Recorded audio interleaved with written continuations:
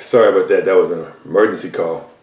Had to take that. But anyway, so we were looking at the column of overtime hours and talking about the metrics that could be used as were the similar metrics that we used for the previous columns. Finding the mean, median, and mode. I'm not going to go back through all of that as we was finding mean, median, and mode for the other columns. But again, what I do want to express is how intelligent, or what business intelligence will allow us to do is really dig deep into these metrics. Being, we're looking at overtime hours per nurse month.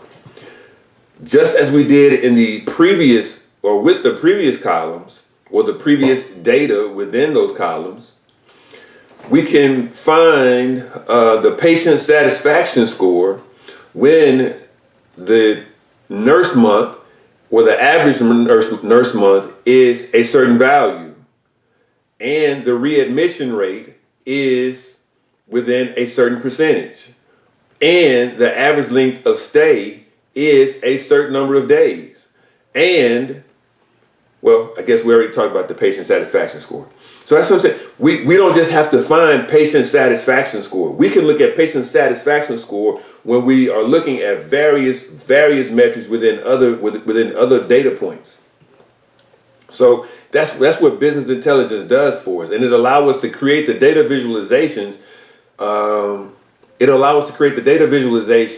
So that we can see it not just as a spreadsheet, but we may want to see the actual data point, that actual number, or we may want to see it in a column chart or a bar chart or a funnel, right?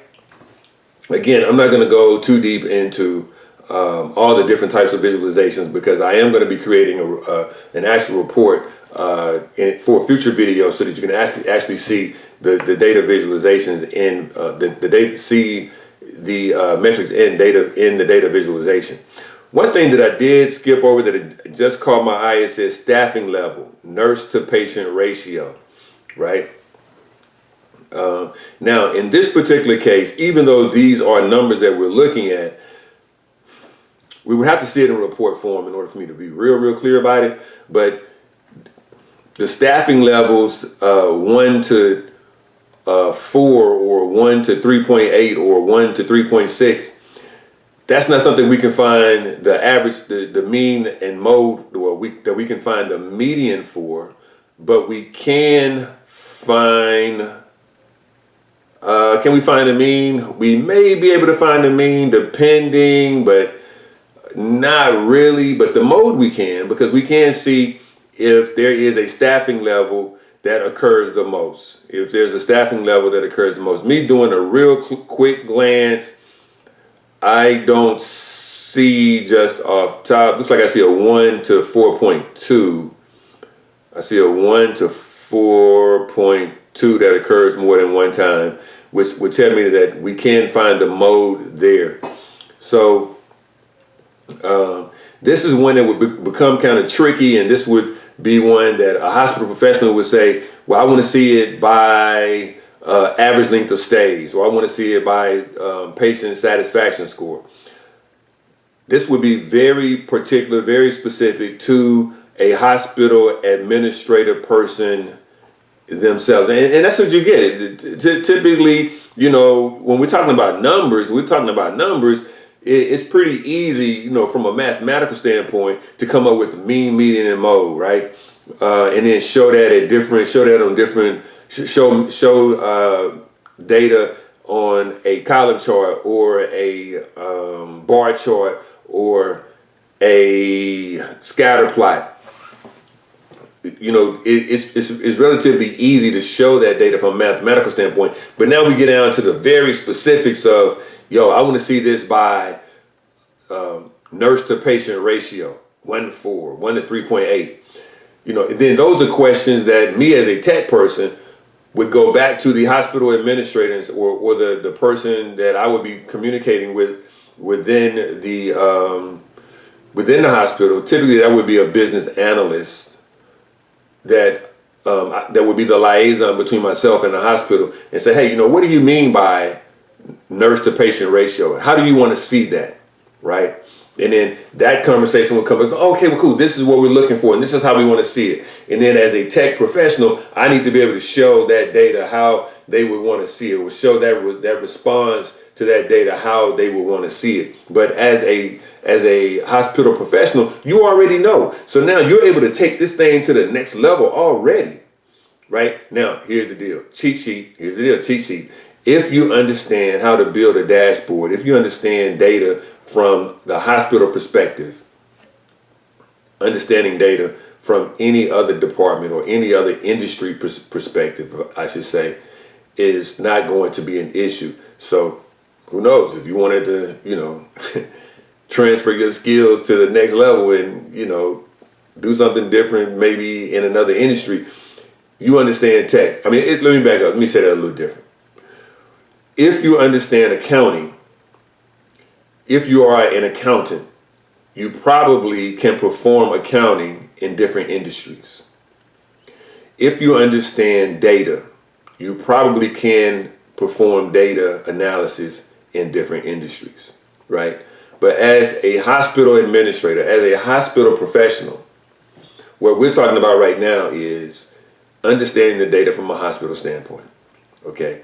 And I do believe that it is not that hard to transfer skills from your current day-to-day to what you're doing from your current day-to-day as a hospital administrator in whatever form of administration you're participating in, or a hospital professional in whatever description of work you're working in, to looking at the data, analyzing the data, and building out dashboards and visualizations from a tech perspective.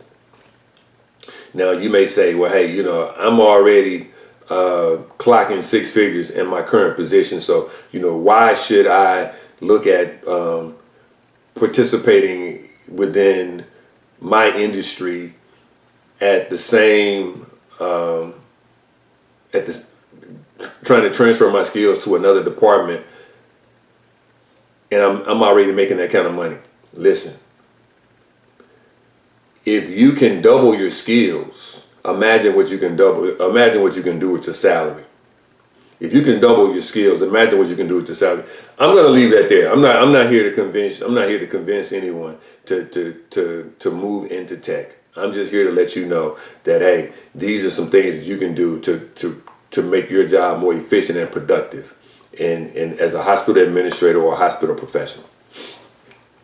Now, I'm going to go over to what we like to talk about all the time, and that's money, operational costs. We don't like to talk about costs, we like to talk about profit. But again, we're talking about cost per individual, because if you remember, over to the left here, we were looking at what we have identified as a role, but really this is a row of individuals. So this is 20 different individuals. So each individual is 1 through 20. So now we're seeing that the operational cost for one individual or all 20 individuals, and again, we're talking about numbers again. So the one thing that's pretty easy for us to do when it comes to numbers is finding the mean, median, and mode. Find the mean, median, and mode. Not going to go in depth again with finding the mean, median, and mode, but if you know what the average cost is per patient, if you know what the average cost is per patient who has an average length of stay per day or for a certain number of days, and the patient satisfaction score is somewhere in the range of, we have a pretty good idea of what that operational cost for that particular type of person is, right? That particular avatar of the patient is, right? So I'm gonna move right on over as we look at hospital acquired infection rate percentage. Hospital acquired infection rate, because we want to know, and I'm assuming that a hospital acquired infection rate percentage is exactly what it's saying is the infection rate that was acquired in the hospital, right? Now, again, I'm not a hospital administrator or a hospital professional, but as a data person, this is what I would believe it to be is the percentage of acquired infections once inside the hospital. I'm gonna let that be, because Now, I just want to say that that is a percentage and it's based on a number. And again, we're looking at mean, median, and mode. Mean, median, and mode. As we look at admissions and as we look at discharges, they both are numbers that we can work with: mean, median, and mode. We can dive deeper into the data that we have by looking at admissions of people or individuals that have a readmission rate, right?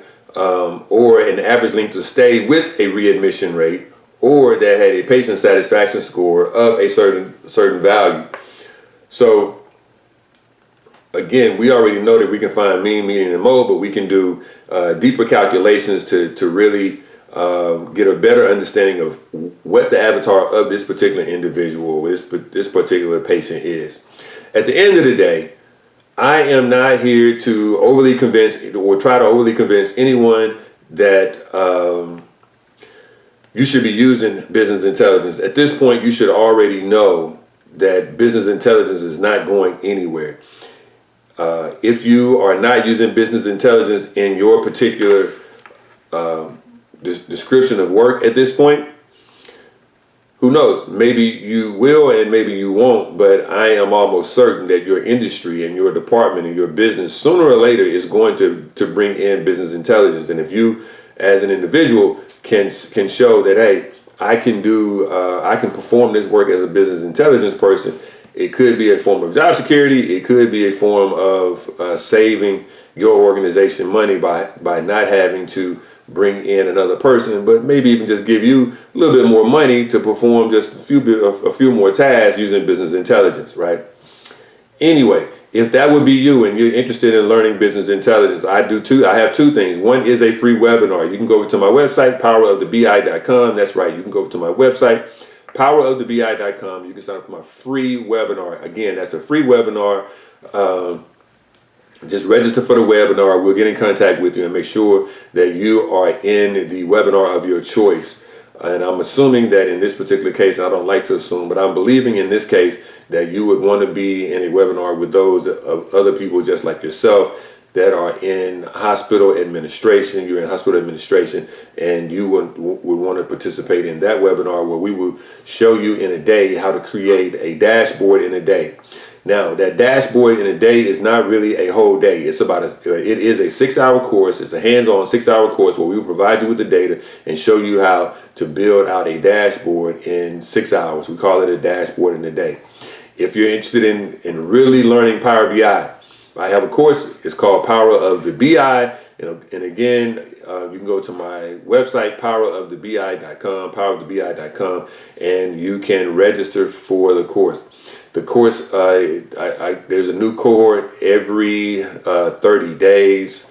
Well, once a month, not necessarily every 30 days, but there's a new cohort. There's a new cohort every 30. There's a new cohort once a month, so you can sign up for the course, register for the course, powerofthebi.com, where I work with you hands on in a class setting where you would also be working at a self-paced pace. So I'll be working with your hands on in a class setting online once a week. Again, I'll be working with you hands-on in a class setting once a week, and you will be having it's actually a self-paced course, and then we will be having a group conversation once a week as well. So pretty much that's 2 days a week that I will be spending time with you. Either me or one of my counterparts. I can't say that things happen, so sometimes I may not be there, but for the most part, I like to be directly involved in those courses, in those classes. So once a week, we'll be having a new class. Once a month, we'll be starting a new class, and once a week, we will be introducing a new topic. And once a week, which is a second day, we will be addressing all issues within that new topic. It's about a 3 to 4 month class. It's a self-paced class, so I don't necessarily like to say that it has to be done in 3 months. It doesn't have to be done in 4 months. It could take you 6 months, depending on how long how long it takes you to finish. But at the end of the day, you work the class at your pace, self-paced. So with that said, All of that information is over at powertobi.com. I'd like to say thank you for joining in, and I look forward to seeing you win again in the next video.